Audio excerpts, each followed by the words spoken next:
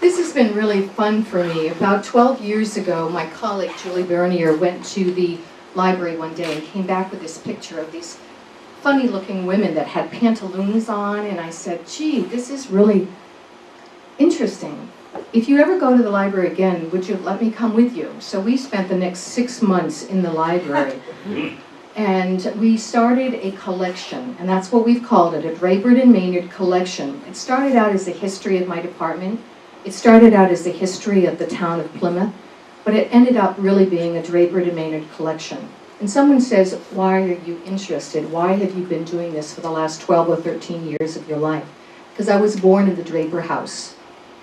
My grandfather bought the house when the boys came back from World War II. They bought the Maynard house next to it. Draper house, $5,000. The Maynard house, $2,000. I work in the building. I've been in that building for a decade or more. So you can see when you look out the windows of Plymouth and say what these two people did for this community, we need to make it last. We should be proud of what they've done. So I've written everything I can. I've studied everything I can on this subject. And now at this stage of my life, I'm starting to get the stories. Some of you here have given me the stories. This morning I was supposed to meet with Kelsey Mayhew. Is there anyone here that remembers Kelsey Mayhew? Thank you. Kelsey's 91 and he lives with his daughter in Freedom. And we decided for him not to make the trip today. The trip would have been fine, but just getting him from the walker, maybe about 10 feet would have been too much. The two caretakers, the two women that were driving him in are 86 years old. Again, Kelsey is 91.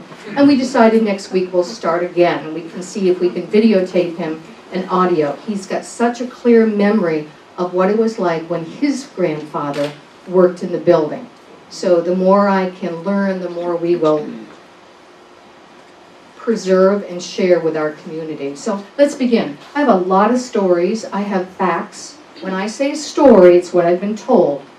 And otherwise, it's things that have been written down from people like, as a child, I was very fortunate to be here.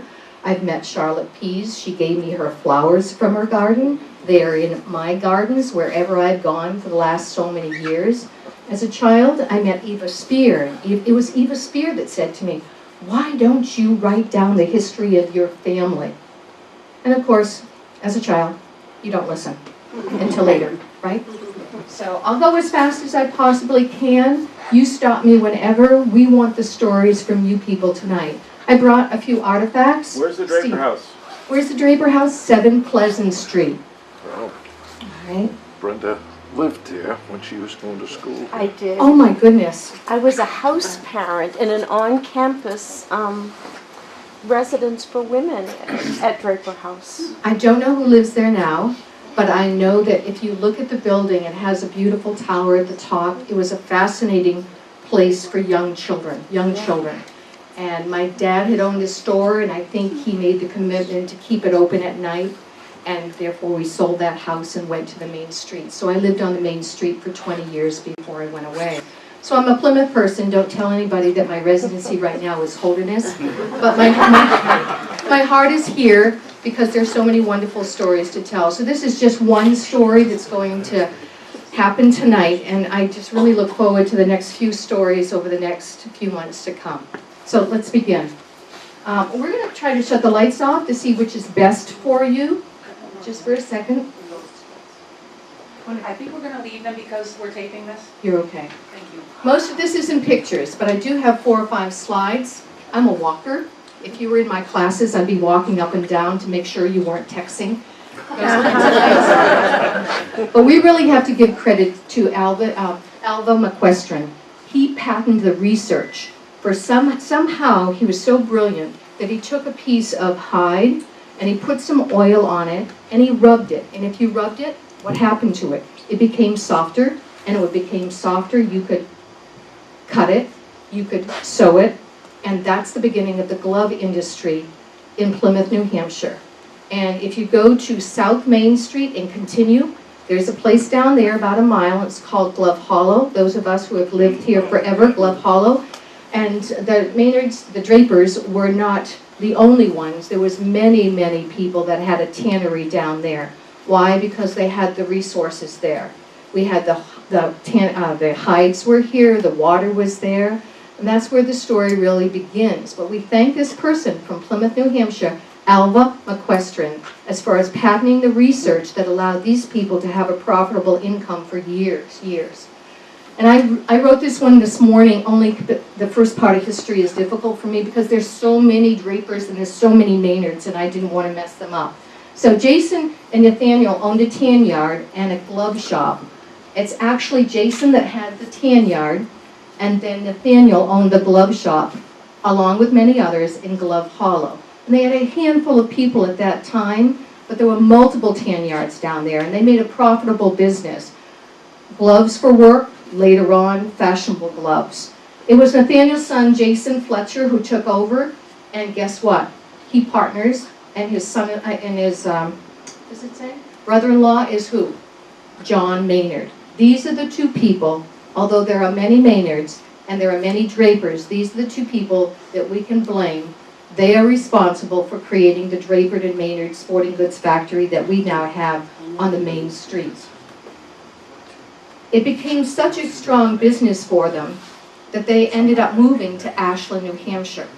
In Ashland, New Hampshire, instead of the handful, they ended up with over 100 employees. There was already a 3-story building there. What John Maynard did, his background was in architecture, so he ended up building another 2-story building, again with 100 employees. And you can see the dates there, 1881 to 1990, and magic happens. I'll introduce you now to, this is Jason Draper on your left-hand side, and note the date, 1913, when he passes away, and then John Maynard, 1937. And that coincides with what? Also when the Draper and Maynard factory closed its doors for the final time. Right.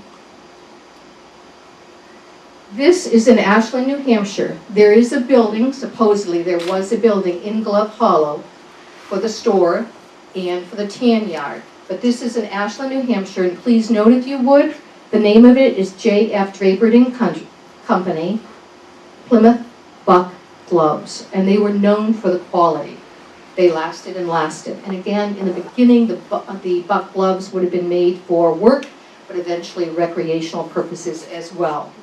I would love to have close-ups on the people, the clothing. You can learn so much about the era by seeing what they're wearing, how they're wearing their hair, etc. But all of a sudden, as I said, magic's going to happen. In 1882, a certain gentleman comes in. Arthur Irwin comes in. He had some broken fingers. He had a broken thumb. And he came to these two people and he asked them, would it be possible, please, if they made a glove for him? Up until this time, everything was factory-oriented, work. But now, all of a sudden, there's a request for some kind of a recreational glove.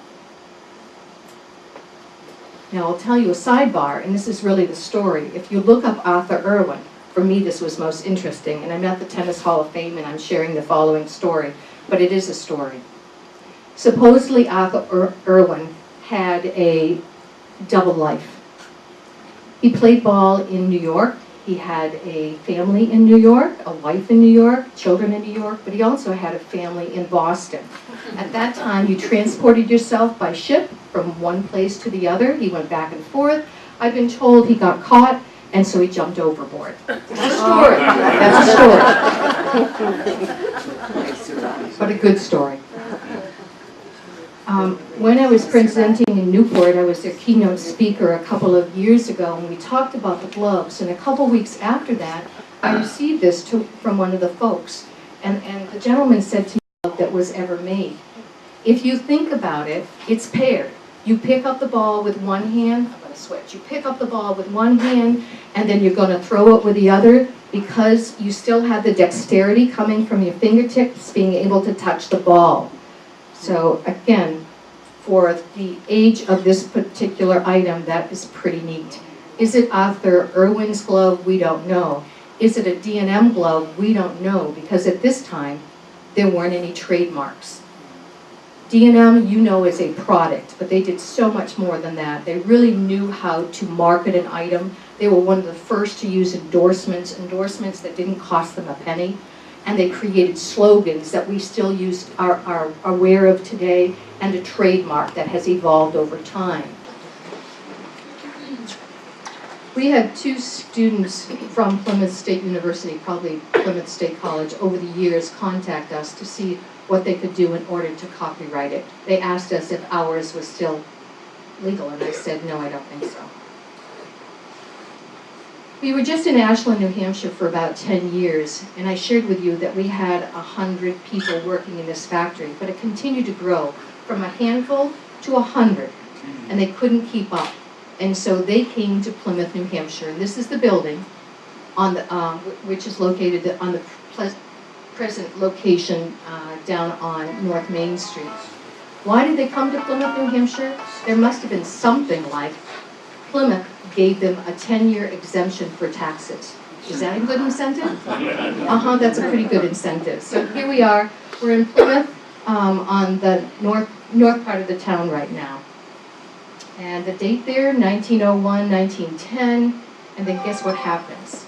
We have a fire. We have a 3-story wooden building, and it sets afire on a January night, and there are people there throwing out as much as they possibly can to save it. Right next to Draper and Maynard was the town hall. I'm being facetious now. Anybody here remember the town hall? It's gone. So they held business there. They played basketball there. My dad would share stories about this. But in one night, they lost everything. And they really were throwing everything out as fast as they possibly could. Within a year, they knew this was really an important establishment of business for the community that we had here. They were our largest employer. And so they built it as you see here. It's pretty similar. It truly is compared, it is similar to what it is today in 2013. A couple things have changed. If you look at the top, it's very difficult to see, but it did say Draper and Maynard, and it was spelled out. And I was fortunate enough to know the gentleman who was the manager of the 4th floor since 1941-42.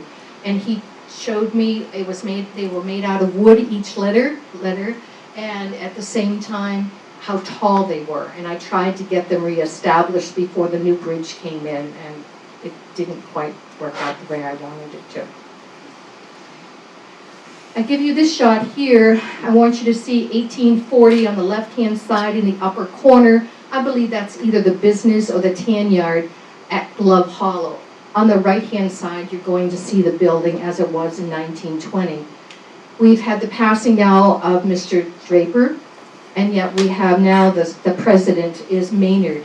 But if you can see the names, this might be interesting, and it's another story, but for me it's another story that we need to continue to research. Up here you have H.W. Bean. H.W. Bean. Do you know any other Beans?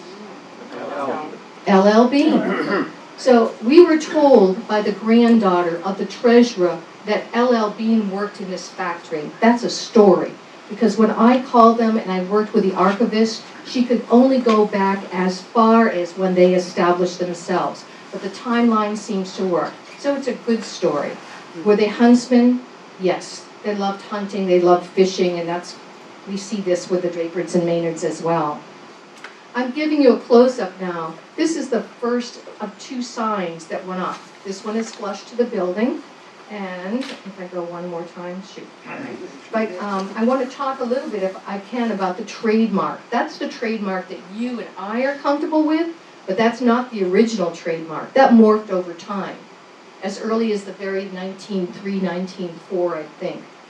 This is an example, and this came from Dick. Am I correct, Dick? That's correct. This is one of yours, and this was inside of a fairgrounds brochure. And if you look on the left-hand side, you see D&M, but it's just the diamond. That was their original trademark. And as time goes by, it does change. It changes 2 more times. This was fun for me to receive because it's Ashland, New Hampshire, and I think the date on it was 1896. Correct. Am I correct? Ooh, that's good. That is good. Is this any relative? Could be. Could be. We'll research and come back to you later. Once we had the diamond, again, the trademark went and morphed from here to there. And they did put the dog on it. The dog is a pointer, and it belonged to the Maynards. And so they called it the dog on the diamond. That quite doesn't stick very much. And you know the story probably as well, or if not better than I do. Supposedly, Babe Ruth is warming up, and a young rookie comes onto the field, young Red Sox rookie, and he's using a Draper and Maynard glove, and Babe Ruth says, "You've got one of the lucky dog kinds." And that's what they kept from that time on. That becomes the trademark that we now associate with Draper and Maynard. So it went from a basic diamond, D&M, then it became a diamond with a pointer, the name of the dog, type of dog it was, to this one that we see here. And I guess you know this individual here. When Babe Ruth came here and the Red Sox came here, Maynards were extremely generous at that time. They opened up the camp that they had, and they would host these people for as many days, I guess. But this is down in the D&M Park. So as I pass it around, if you look closely, you're going to see the entire Red Sox team, you're going to see Babe Ruth, and they're receiving a key from the mayor of Plymouth. But I don't know who the mayor of Plymouth would be. I'm sorry, I never knew we had a mayor. But there's a couple pictures there. When you see them recreating, they're hunting and fishing. We're at the Maynard camp, and you will see how tall and slim Babe Ruth actually was. He was over 6 feet, but oftentimes he's depicted as more short and squatty. So please have a good time with some of those. So I will speak about Babe Ruth a little bit later, but again, I wanted to get the trademark on there. This is the second. This is the second sign that we have. And I've been told that this is still out there. We're looking for it. People know who has it. Tell me, help me, all right? And I think it was Evelyn one time, Evelyn Maynard said, if you can get me the dimensions, Louise, I can make it. So I don't know Evelyn's background, Evelyn McNeil, but apparently she must be very crafty to do this. What a beautiful one. The other one is flush. This is perpendicular, and this is the one that you and I see everywhere. I love this picture. Go back in time. Look down and see what you see. You see Potter's Restaurant. We just lost those two people just about a year or so ago. You can be over here and you see Richardson's. Anybody? Yeah. Yeah, and the bounty of snow here is absolutely incredible. Absolutely incredible. You have the church. Methodist Church, am I correct? Methodist Church before it goes ablaze. So it's a gorgeous, gorgeous picture of our town. And if you look up, you're on the 4th floor of the Draper and Maynard. We have the original size windows. You look out, and it's a wonderful picture, portrait of the town of Plymouth. So when we have our Draper and Maynard Day in May, please come and look out the window and think about what was and how these two people really supported this town in many, many different ways. Endorsements were a thing that hadn't happened yet. And again, we had two folks. One knew tannery better than anyone else, and the other one knew how to market a product. I was truly impressed as I continued to do my research. They were one of the first that had endorsements for gloves, for articles of uniforms, etc. No money. We would never think of that today, of course. So, and I'm not sure, I didn't look it up, but I looked at the word endorse and I thought, oh my gosh, I better spell check this, see if it's correct or not. We're inside the building now, and I'm collecting more and more of what inside the building looked like. What was at the north end, what was at the south end, on the 1st floor, on the 2nd floor, 3rd floor, 4th floor. And we also know that you call it the common man. But before it was the common man, it was called the peg mill. And that was a section for Draper and Maynard as well. They had certain items that were there. So each floor stood for something. You'd have the wood products, the baseballs, the hockey sticks here, but the clothing would have been down at the peg mill, and I hear there's a place up in Hampton where they did the sweaters. You know this for a baseball glove. I understand these people putting together a sporting goods factory for men and women. Ross Deachman, one time I was at his place, as a story I will share later, and he said, Louise, take this home. Well, when he says take it home, it goes to Plymouth State University, If you come to my office, it really is quite an eclectic mess. But in there, you will see a lady's swimming suit from 1917, 1918. So again, there's some products for women as well as for men. But this one looks like, look at the Yale sign. I think you would say that this particular floor, he's packaging. They're folding the items and they're putting them in the boxes, getting them ready to ship out. This floor here, you will see the bats. Similar if you, let's see, where's the place that we went to in Louisville? Louisville Slugger. If you go in there, they even set this up like that today. I was fascinated the first time I saw this picture. Women working way back when. And they're there. Yes, I'll talk about the cottage industry because we had as many as 700 people accepting, doing piecemeal, wrapping the balls, and they would be delivered, the materials would be delivered, and then they would be sewn. So you have something like this right here. These are the outside of the baseballs that you have, and then people would sew them. One of the famous pictures of Babe Ruth is, he's trying to sew it. I'll share it with you a little bit later. He's trying to show the baseball, and what does he say? I can hit him better than I can sew him. So I guess he wasn't very good at it. But again, the women here, their hairstyles, their clothing, etc. Women were known, stand up taller, Louise, please. Women are known, we have finer dexterity. We have smaller fingers, so I guess we're very good sewers. That's what they tell us. D&M had a double guarantee. They were so proud of the product that they put out. A double guarantee came along with it. So you'd have the distributor. If you went to the store and something was wrong with it, they would guarantee it. And the same thing here. Right down here it says, anything that was defective, they wouldn't put it out to be sold. Where did it go?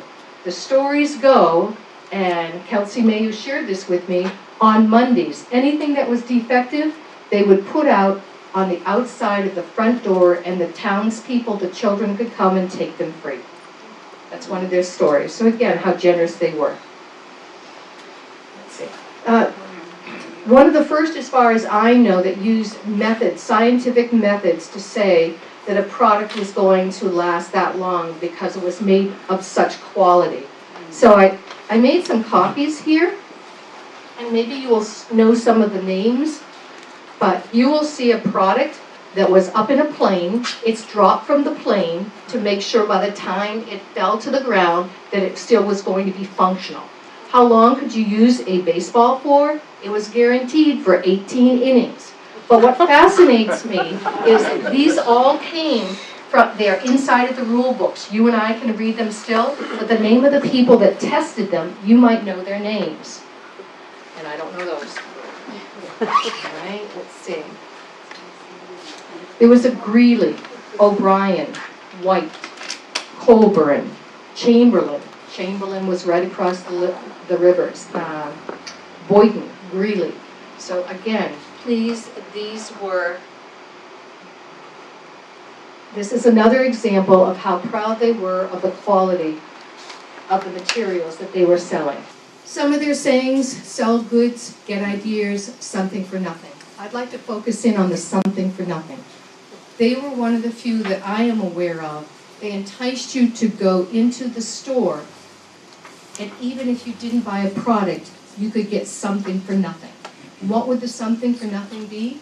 It would be catalogs that they were producing, rule books that they were producing, folders, educational ones for students at college level, etc., and guidebooks.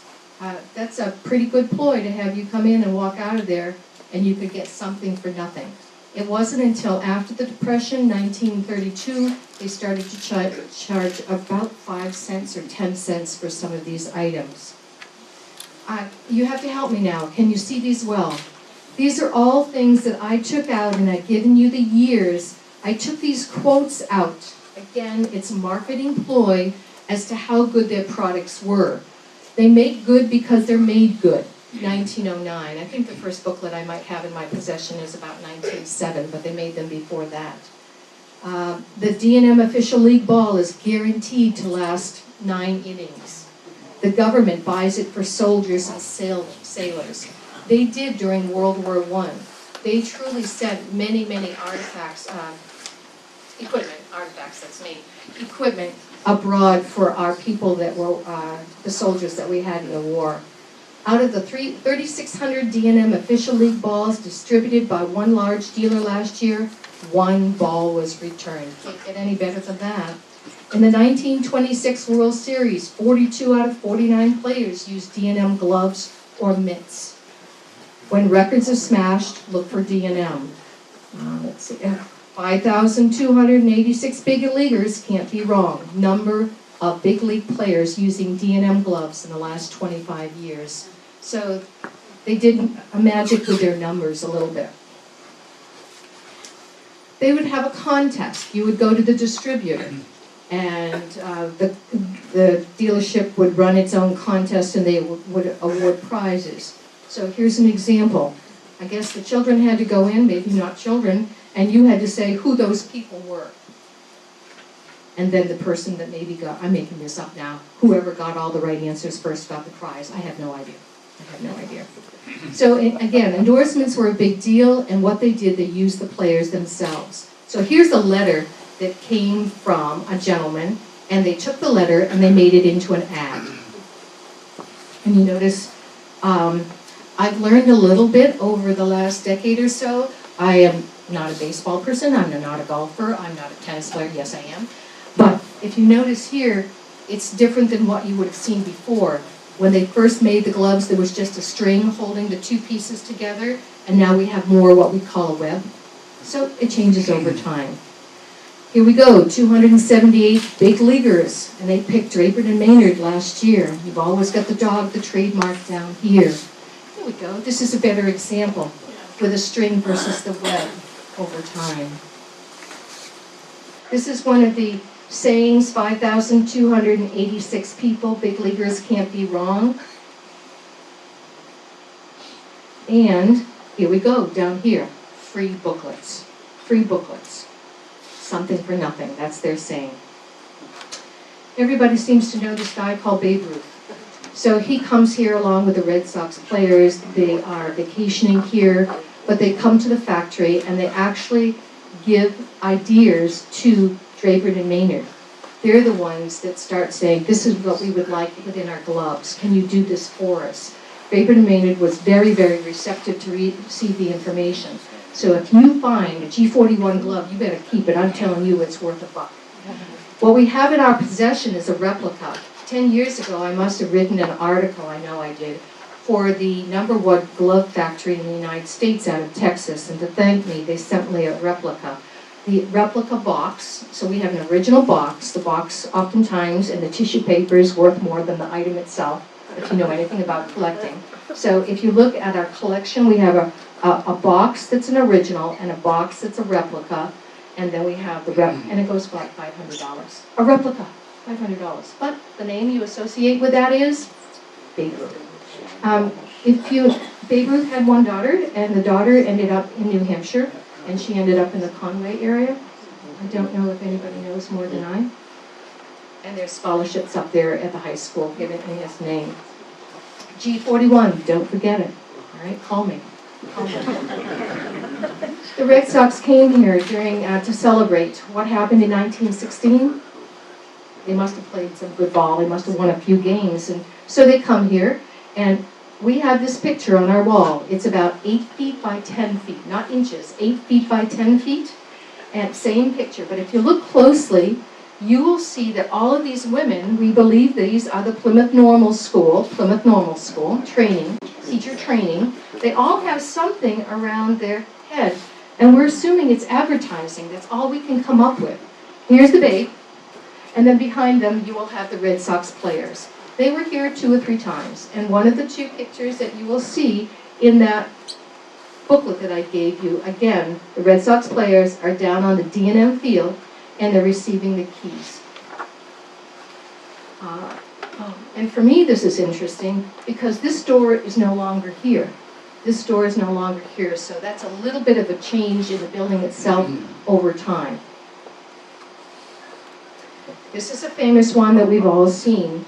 And Babe is trying his best at sewing a ball. And this is where it comes up, that saying, I can fit him better than I can sew him.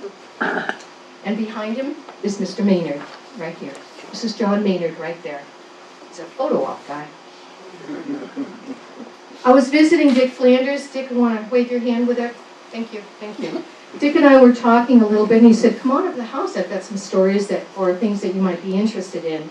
So if I can go backwards, you notice that Babe is sitting down, and he has the ball that's clamped by 2 pieces of metal, correct? And then here it is right there. And I hadn't seen that before, I hadn't seen it. Anybody else? Dick Flanders. My grandfather was Charles Henry Ellison, and he grew up in the Plymouth area on Fairgrounds Road. And he, at the age of 20, began his annual diaries. In 1900 was his first one, and he lived until 1957, I think it was. And so he kept detailed records of whatever work kept him employed for that period of time. And back in the era, it wasn't that many years ago in Plymouth, in the area, you know, you're relying on what? Agriculture, part-time work here and there, whatever you could get, seasonal work. Obviously you can't work year-round in agriculture in this area. So he got a job part-time with D&M. And he worked not only at the factory itself, apparently, but he also did the piecework that was referenced. And these diaries that I have record, he would, like me, is a paper person, and he records everything that he does. And he recorded every ball that he tied. So for every day of the record, he'd say, okay, I tied 10 baseballs today for about 10 cents each. So we made, you know, $1 or something like that. It's just amazing that they were able to, you know, earn a living, for one thing, doing this kind of work. But it was also, and as you said before, Louise, with those little home machines to tie baseballs, you could farm this out, like the glove tying days, farm it out to people who could do the work at home and still, you know, make a living doing this, and among other things, that they all fit it all together. It's just kind of interesting history, and the fact that Louise is into this is exciting. So the diary that I was reading, 1908, January 1st, his grandfather goes to work. Every single day he notes how many balls. And so I started to create charts. I want to know how many balls they actually were able to complete in one day. It was usually in the 20s. The highest he recorded was 34 in one day, 34. We're still trying to find out. Here we go again. Some of the work was done in Draper and Maynard. Some was piecework out in the community. Some was at the Common Man, your peg mill. But others now, halfway through one of the years, I found out that his grandfather is going to work down at Beale's Mattress Factory, which is the Railroad Square. But in one reference, apparently they did D&M work there too, down on Railroad Square, and I hadn't heard that before. So this is a neat puzzle. We're trying to put this together a little bit. Why did his grandfather go to work? Because it must have been affiliated with each other. Yeah. So these here, this is 1908, this is 1909, 1934, and a sidebar. It's a beautiful love story too about how his grandfather met his. So I was privy to that, so it was kind of nice. He chronicled a lot of other things, how much electricity cost, gas cost him. I now know that the Draper and Maynard folks had a baseball team. They did work together, they recreated together, and that was important for us to know. He took a pay cut in 1932 or 1933. We're talking about the Depression era, what was happening. What impact did this company have on the town of Plymouth? So I've already done this a little bit. In 1922, the Foster Pig Mill, that some of us refer to it, I was brought up and it was the pig mill. Anybody else remember it as the pig mill? A few of us would. It was bought and it was renovated, and this is what they had there. They had the clothing department, leather inflated goods, footballs, basketballs, baseball press room. Interesting for me, the centers for cheaper baseballs, so they had a variety of baseballs. When you go into their catalogs, you will find out that some of them, a certain price for recreational use, college use. Go back to the end of the 19th century and what was happening. We started to have universities, and colleges, and they were starting to play ball, recreational ball. There was sport teams happening. And so these people were truly trendy. They were truly visionary. They capitalized on a whim that maybe this round object could be a profitable item for them. And most of us know that no D&M for the baseballs, but there was just so many other sporting goods, as you can see here, that were developed. The company now manufactured and contracted out over 50 different sporting good products. 50 at this particular time. Boxing gloves, we have boxing gloves down at the collection, field hockey sticks, tennis rackets. The employees rose when they came to Plymouth. Let's see, I want to go backwards. There was a handful when we were down to Glove Hollow. We went to Ashland, and we had about 100 down there, 100. They come here, and we start out at 125, and then by 1924, we had over 700 men and women working from their homes, but we had 400 that were within that building complex. That's extremely large for Plymouth at that time. And where did they farm out? The baseballs, the grandmothers, the mothers, and the fathers, and a little bit extra dollar here and there. Meredith, New Hampshire, to the border of Vermont, almost 100 square miles. 100 square miles. At one time, there was a D&M delivery truck. I've been told that the person who bought that at auction was Mr. Volpe. Do you remember Volpe's that preceded Biederman's? Thank you. 147 homes. So they would deliver the materials, and they would come back and pick up the goods and sell them. This is what a lot of us, Dick, you implied this already, we had resources around here, agriculture. So the raw material that you needed in 1 year, 90,000 sheep needed for their leather line, 90,000 sheep, 9,000 horses, 3,600 cows provided the horse hide, one baseball, 1,000 feet of yarn, 1,000 feet of yarn.